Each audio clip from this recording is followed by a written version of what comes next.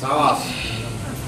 जब प्रभु श्री राम, अरे बहन जी सुनो, जब प्रभु श्री राम लंका जा रहे थे तो बंदरों को उन्होंने ये नहीं कहा था कि हम क्यों जा रहे हैं। उन्होंने कहा था कि हमें लंका पहुंचना है, समुद्र क्रॉस करना पड़ेगा तो समुद्र भी क्रॉस करेंगे, पत्थर का पुल बनाना पड़ेगा तो पत्थर का पुल भी बनाएंगे और रावण को मार के आएंगे। लक्ष्य यही था। आज देश में यही लक्ष्य है। जब मां काली दुश्मन का सर काटने निकली थी, राक्षसों का सर काटने निकली थी, तो ये नहीं पूछी थी कि हम किसका काट रहे थे। जो समाज में अन्याय कर रहा था, जो अत्याचारी था, जो लुटेरा था, सबको काट के उन्होंने एक समान कर दिया और आज तक हम पूछते आ रहे। अभी लक्ष्य साफ है। अभी ये वक्त नहीं है पूछने पाछने का कि मोदी जी ने क्या किया। अरे किसको नहीं दिख रहा? हिंदू हो, मुसलमान हो, क्रिश्चियन हो, सबको दिख रहा है कि उसको मकान मिला, सबको दिख रहा है कि उसको शौचालय मिला, सब 80 करोड़ को दिख रहा है कि उसके घर में भोजन मिला, सबको दिख रहा है कि 5 लाख का आयुष्मान कार्ड मिला। कौन सी ऐसी चीज है जिंदगी का? बिजली नहीं मिला, घर में बिजली नहीं है, ऐसा कौन सा जीवन में चीज है जो किसी के हाथ में नहीं मिला? अब वक्त है कर्ज उतारने का, और कर्ज उतारने के लिए कुछ नहीं करना पड़ता है, अपना सिर्फ एक वोट देना पड़ता है। एक वोट घर से निकालकर और अपने पड़ोसियों का देना पड़ता है। बस पड़ोसियों को कहना पड़ता है चलिए वोट दीजिए। आज वक्त है। एक बात बताओ, आप दिन भर मजदूरी करती हो और शाम को अगर आपको साहूकार मजदूरी न दे तो आपके मन में क्या पश्चाताप होगी ना? जो व्यक्ति 5 साल तक पूरे विश्व से लेकर आतंकवाद से लड़ता रहा, जो क्रांताओं से लड़ता रहा, जो चीन से लड़ता रहा, जो पाकिस्तान से लड़ता रहा, आज हम उससे सवाल पूछेंगे तुमने क्या दिया क्या नहीं दिया। आज एक ही जवाब है, तुमने हमको सम्मान दिलाया, हम तुमको वोट देंगे। बस लक्ष्य इतना रखिए, एक एक घर घुस जाइए, लोगों को जगाइए, कहिए अभी वक्त नहीं है, क्या किया नहीं किया सब पढ़ता अखबार। आप लोग सब दिन भर टीवी देखती हो, आपको सब मालूम है कि किस तरह से 7 आदमी को फांसी की सजा दे दी गई दुबई में, यूएई में, और उसको मोदी छुड़वा के ले आया, सब मुस्कुराते हुए हिंदुस्तान में। क्या इससे बड़ी कोई बात हो सकती है?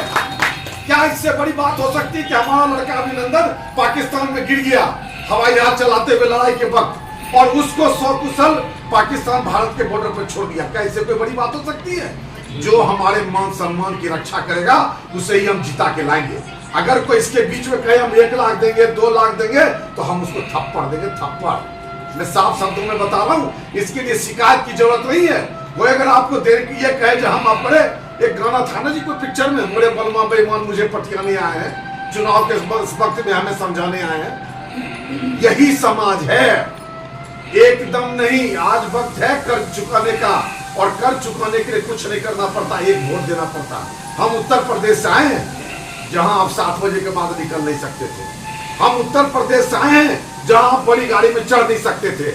हम उसी उत्तर प्रदेश में आए हैं जहां बहनें जो है गहना पहन के, देखो बहन अपना कान में लगा के घूम रही है ना, आप घूम नहीं सकते थे। ये वो उत्तर प्रदेश था।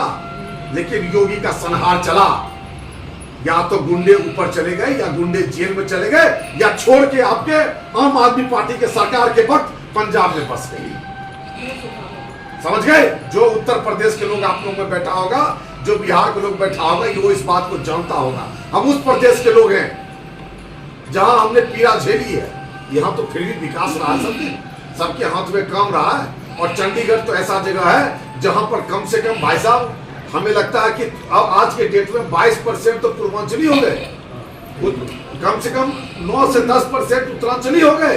अरे यहाँ तो पूरा भारत बसने लगा भाई, और जहां भारत बसेगा वहां भाजपा, भारतीय जनता पार्टी के अलावा और कौन सी पार्टी है बताइए?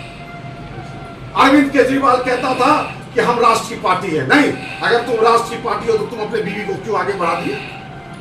किसी और को बढ़ाते। अकाली दल, कांग्रेस, वही नेहरू, वही गांधी, वही राहुल, वही सोनिया, कोई तीसरा आदमी पढ़ा लिखा उसके अंदर नहीं है क्या? सब ये समस्त भारतीय लोगों का पार्टी है। आज हम आपके पास ये कहने नहीं आए कि आप वोट दीजिए ना। आप प्रभु श्री राम के सेना के बंदर हैं, आप और हम। हमारा एक ही लक्ष्य है, समुद्र आएगा तो उसमें हम पुल बनाएंगे पत्थर डाल डाल के, लेकिन श्रीलंका पर विजय होकर 500 साल बाद अयोध्या में प्रभु श्री राम का मंदिर बनाएंगे। आप वो शख्सियत है। आप अपने लिए ताली बजाइए, और भूल जाइए इस तरह का बैठक करके ये बात आपस में समझाने की मोदी ने क्या किया।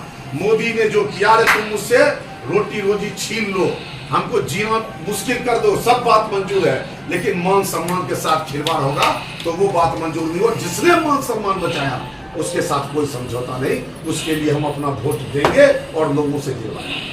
हम आपसे आग्रह करने आए, हम सिर्फ ये विनती करने आए आपसे, अभी वक्त नहीं है कि मोदी ने क्या किया नहीं किया। मोदी ने जो किया 24 घंटे 7 दिन 365 दिन वो राष्ट्र की एकता के लिए, हिंदुओं को जगाने के लिए, देशवासियों को जगाने के लिए, मुसलमान को सुखी संपन्न बनाने के लिए।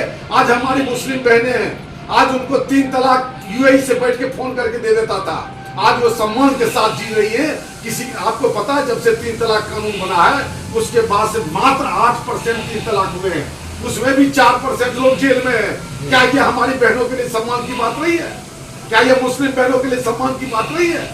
अब जब जिसने सम्मान दिलाया उसे हम वोट देंगे, सीधा होगा, कोई टेढ़ा मेढ़ा नहीं है। आप सेना बनिए, एक एक घर में घुसिए, हम आपके साथ यहाँ चुनाव तक रहेंगे, हम खड़े रहेंगे, जिस चीज की जो भी जैसे भी आवश्यकता होगी हम लोग पूरा करेंगे। लेकिन आपसे विनती कर रहे हैं, आप निकलिए, मैदान में आइए, और जो इस तरह का यहाँ पर ये कि झंडा नहीं लगा सकते हैं, अरे जब दिल में झंडा लगा उसको भी उखाड़ के फेंक दोगे क्या? कमल छाप का झंडा अगर दिल में लग गया, भारत के स्वाभिमान का झंडा अगर जग गया तो आप उसको उखाड़ कर नहीं फेंक सकते हो। आप धमका सकते हो लोगों को, लेकिन उस धमकी को वोट के वक्त लोग अपने मन का इस्तेमाल करेंगे। आप टीम बनाइए, वोटर लिस्ट लीजिए, आप पूरे संगठन के लोग यहाँ बैठे हैं। अब वक्त आ गया है, जो हमारा वोटर है हम उसके घर जाएं, और एक बात तय मानिए, अगर आप एक एक वोटर के घर चले गए, उनके अंदर वो राष्ट्रभक्ति का जोश जगा दिए। अरे राष्ट्रभक्ति के सामने ये सरदार भगत सिंह की भूमिका है।